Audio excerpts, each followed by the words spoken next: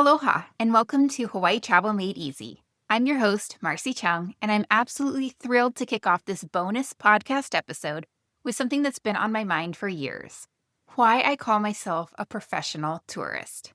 Now, I know what you might be thinking. Professional tourist? Isn't that just a fancy way of saying you take a lot of vacations?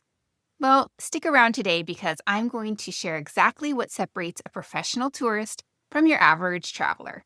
And more importantly, how this mindset can completely transform your family's Hawaii vacation experience. Whether you're planning your very first trip to the islands or you're a repeat visitor looking to level up your Hawaii game, this episode is going to give you a fresh perspective on how to approach travel, especially when you're bringing the whole family along. So, let's start with the big question. What exactly is a professional tourist? When I use this term, I'm not talking about someone who just travels frequently, though that's certainly part of it.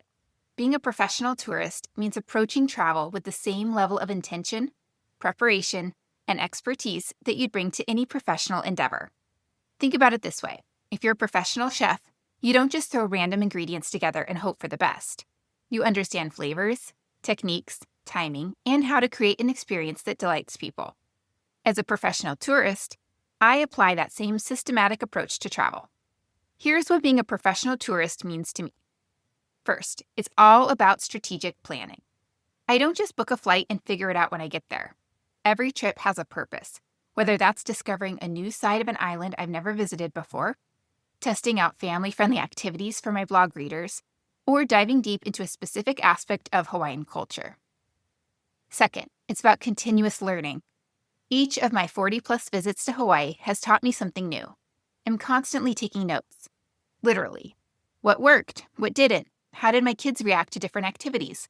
Which restaurants were worth the splurge and which ones were tourist traps? Third, it's about sharing knowledge. A professional tourist doesn't hoard information. The whole point is to help other families have better experiences. That's why I became a certified Hawaii destination expert through the Hawaii Tourism Authority, and why I spend so much time creating content for Hawaii Travel with Kids. Now, let me share how this professional tourist mindset plays out in practice, especially when it comes to Hawaii. The research phase. Before every trip, I spend weeks researching. I'm not just looking at the pretty pictures on Instagram, though those are fun too. I'm scouring recent reviews, checking for seasonal conditions, looking at weather patterns, and yes, reading the not-so-glamorous stuff like parking situations and bathroom availability. When you're traveling with kids, these details matter. The documentation process. During every visit, I'm constantly documenting. I take photos, but more importantly, I take notes. How long did it take to get to that beach? Were the facilities clean?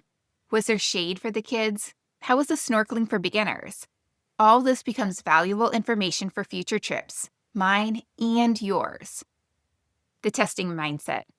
As a multi-island Hawaii expert, I approach each island like a researcher. I'm not just checking off a bucket list. I'm evaluating experiences. Is this luau worth the money for families? Is this hike doable with a 5-year-old? Can you really see sea turtles at this beach, or is it just marketing hype?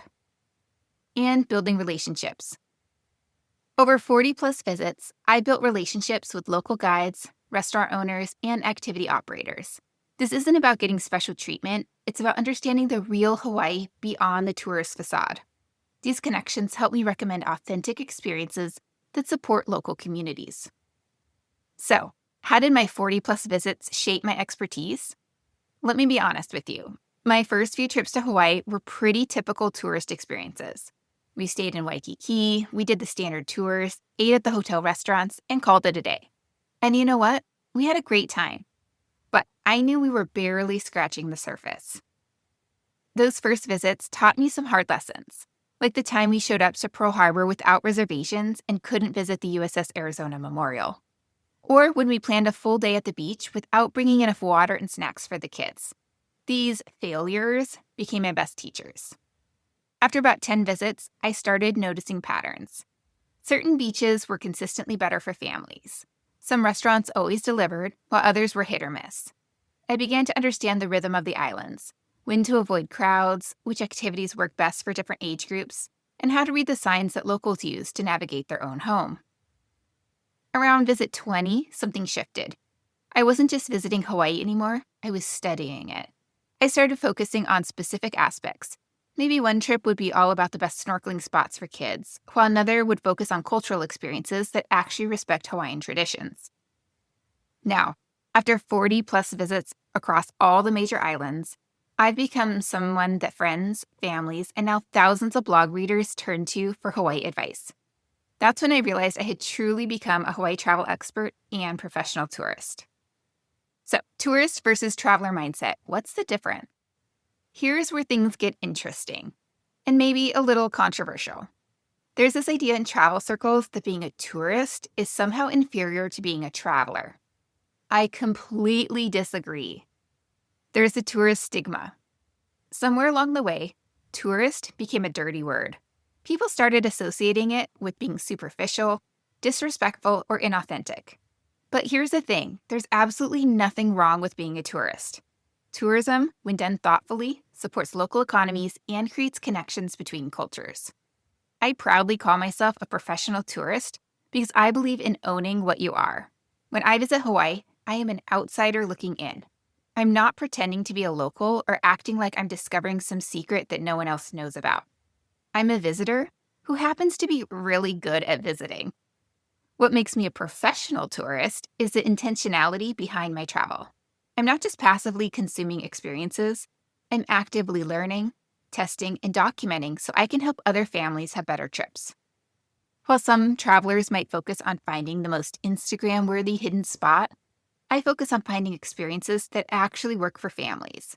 Sometimes that means recommending the touristy beach because it has lifeguards, bathrooms, and snack bars, things that matter when you have kids in tow. So what are some tips for families to become better travelers? Let's talk about how you can apply some professional tourist principles to your own family travel, even if Hawaii isn't your main destination. Tip number 1, plan with purpose.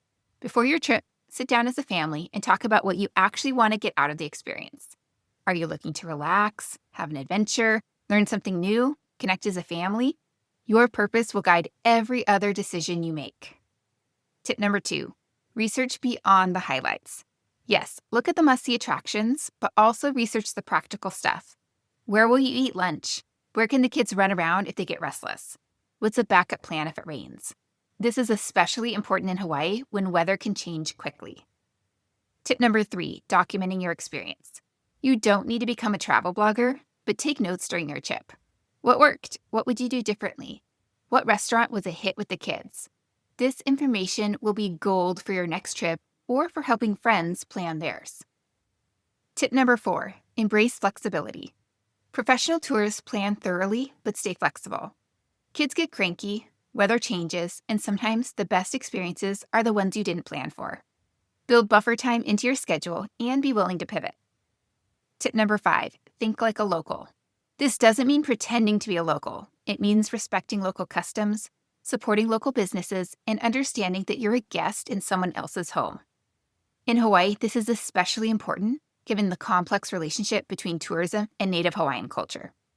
And tip number 6, quality over quantity. Rather than trying to see everything, focus on really experiencing a few things well. This is especially true with kids.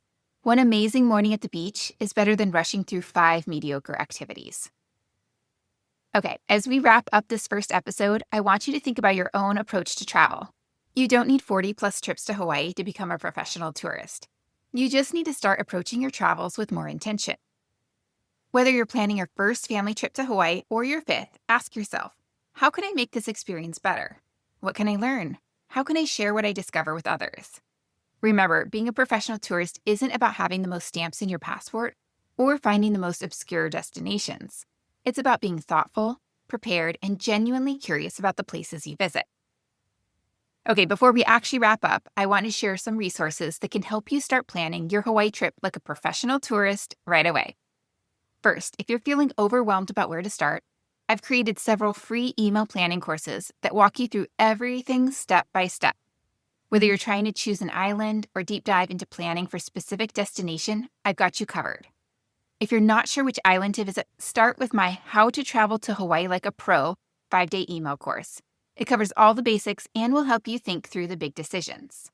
For budget-conscious families, and honestly, who isn't these days, check out my How to Save Money in Hawaii 5-day course. I share all my professional tourist secrets for cutting costs without sacrificing the experience.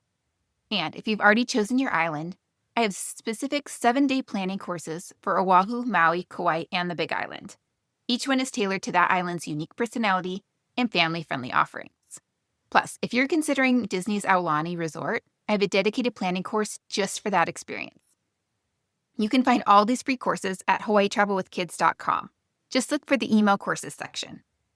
I've also put together comprehensive Hawaii travel guides that go way beyond what I can cover in a single podcast episode.